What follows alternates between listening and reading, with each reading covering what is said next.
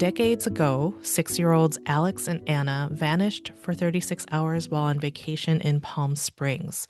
They returned unharmed, but where they were and what happened to them was unexplainable, igniting the media and country in a firestorm of conspiracy theories. The event forged a bond between Alex and Anna, lasting through their adolescence until the never-ending spectacle of their disappearance tears them apart. Flash forward to today. A mysterious transmission, a signal from the solar system, is detected and growing stronger, prompting Alex to reunite with Anna. What is the signal, and does it have anything to do with their childhood disappearance? Joining me now to talk about this thrilling and original story is author Meg Charlton. Meg, friendship, family, reliability of memory, the possibility of extraterrestrial intelligence. How did all of these things become this story? Thank you so much for that lovely summary of the book. I first came up with kind of the very early seeds of this story back in 2015 when I was down in Roswell as part of a documentary film crew. And part of what inspired me was kind of hearing the stories of different experiencers and also seeing the kind of conflicting poles of skeptic and believer and realizing that both sides can kind of cling to this very dogmatic vision of the world, this very rigid narrative about what did or didn't happen. And I was interested in kind of what the lived experience would be of someone who almost went on a conversion toward agnosticism, somebody who found a way to somewhere in between those poles and was able to kind of sit with the real you, the unidentified in their own lives. And those questions about reliability and memory and friendship and family, they all are obviously being grappled with for these characters at this very extraordinary level, given what they went through. But to me, they seemed very universal. We all have these memories, especially from early childhood, that diverge with or conflict with those of the people that we love and the people who supposedly went through those experiences with us. You can grow up in the same house and yet end up with completely different interpretations of what that experience was like.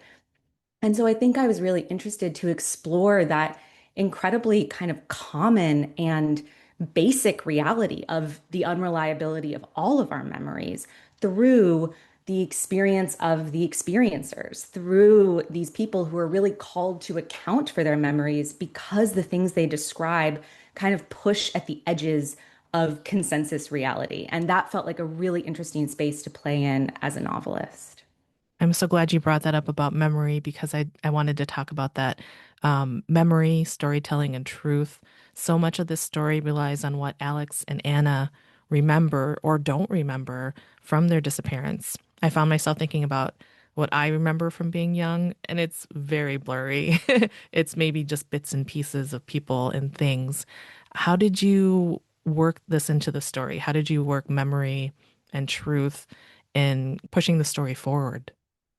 Yeah, I mean, something that I remember learning that really sort of unlocked the story for me was this concept of childhood amnesia, that there is this kind of universal neurological reset that people go through when they're about 5, where it becomes incredibly difficult to remember really anything aside from a few little blurry bits from before that age. And that idea that there's a kind of built-in like lacuna in all of our minds, that there's this space that none of us can go was so interesting to me. And felt like such a powerful engine for a story because I don't want your listeners to think that we don't get some kind of answer or resolution for what happened to Alex and Anna. We do.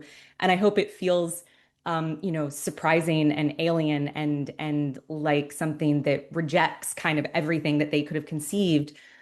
But at the same time, I really wanted to think about the engine of irresolvability, sort of what it would mean for two people to not share their memories of this key event in their lives and how the kind of way that that event might have knit them together, that the ways that their memories start to fray could ultimately tear them apart. And I think that, all relationships have origin stories, friendships included.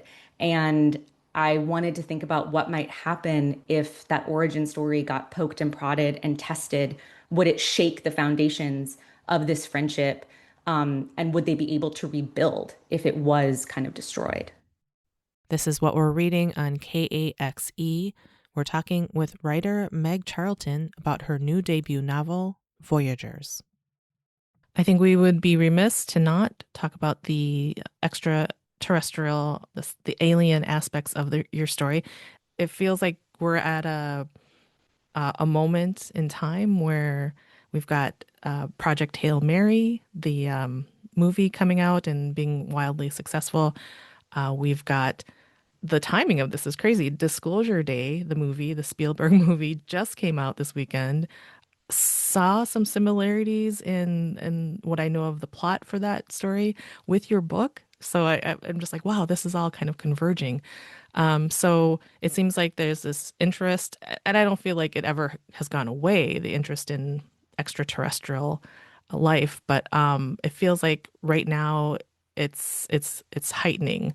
Artemis 2 mission around the moon. So what do you think our fascination, our ongoing fascination about space says about us, and including your book too?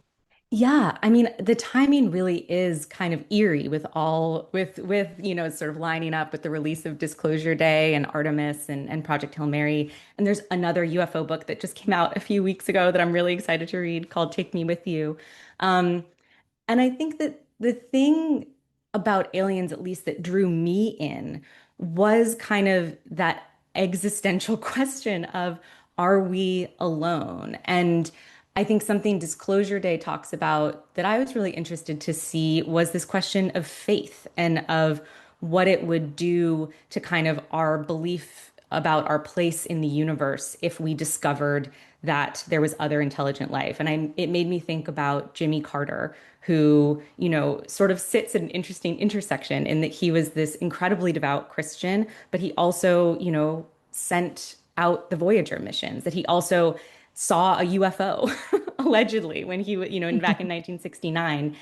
And something really moving about that Jimmy Carter experience is that actually he gave an off the record interview or off the record conversation to NPR later when one of your reporters asked about his UFO sighting, which he actually reported to a UFO group. Um, and they asked if they found intelligent life in the universe, if it would sort of shake his belief in God. And he said no, because, and this quote really moved me, like, God's hands are big enough for both of us.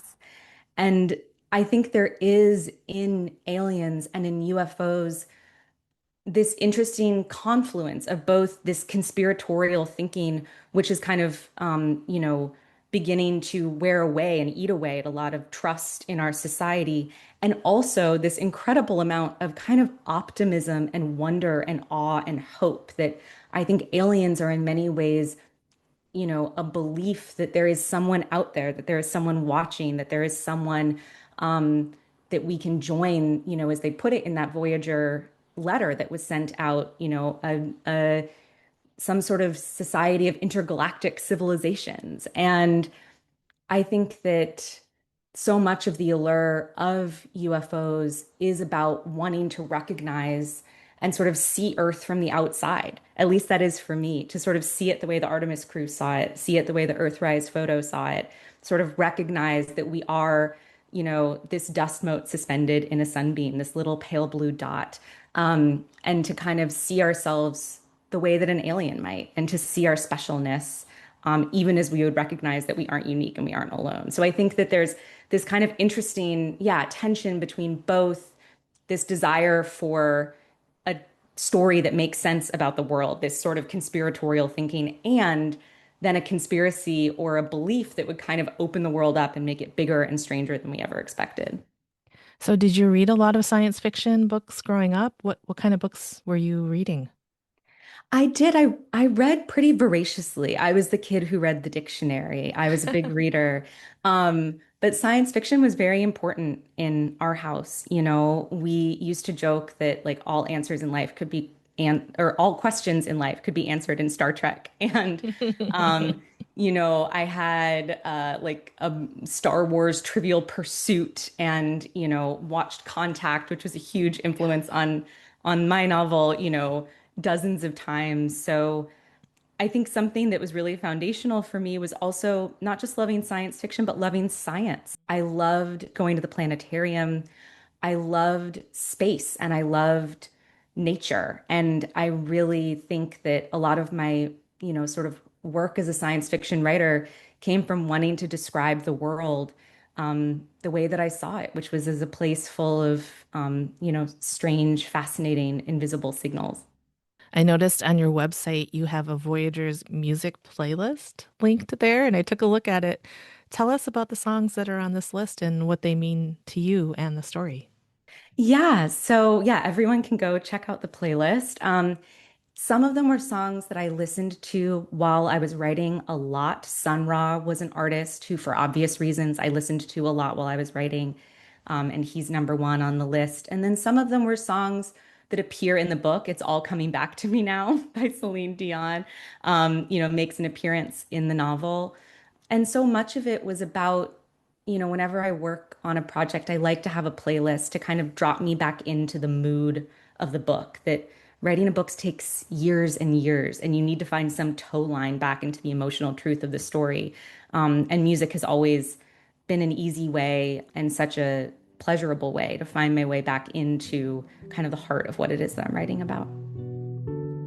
Meg Charlton is the author of Voyagers.